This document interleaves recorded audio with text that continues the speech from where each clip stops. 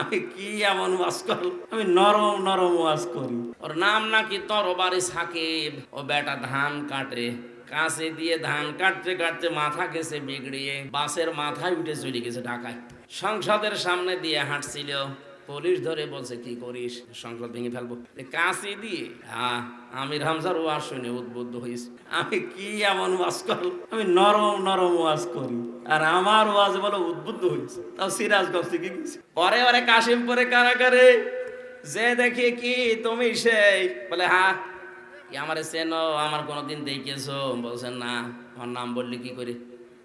হুজুর আমারে বলতে বললো, আমারে বলে দিল যদি আমির হামজা, হারুন স্যার এদের নাম বলিস তোরে ছেড়ে দেব। আমারও ছাড়ে না, আপনারও ছাড়ে না। এই যে বক্তব্য শুনে বোঝা যাচ্ছে পুরাটাই সাজানো। শুধু হামজা না, এরকম হাজারো হামজা। আমি বললাম 100 জনের 70 জন কম হয়ে গেল, আরো বেশি হবে। কিচ্ছু জানে না, আন্দাজে 10 বছর জেল পড়ে আছে। যার ভেতরে কিয়ামতের জবাবদিহি এই আচরণ তৈরি হবে, তার জন্য মুহাম্মদুর রাসূলুল্লাহ হবেন আদর্শ। আর এরকম মানুষ যদি এদেশে 96 ভাগ দরকার নেই, 51 ভাগও তৈরি হয়ে যায়, কেউ কারো নামে মিথ্যা মামলাও দেবে না, মিথ্যা সাক্ষ্য দেবে না।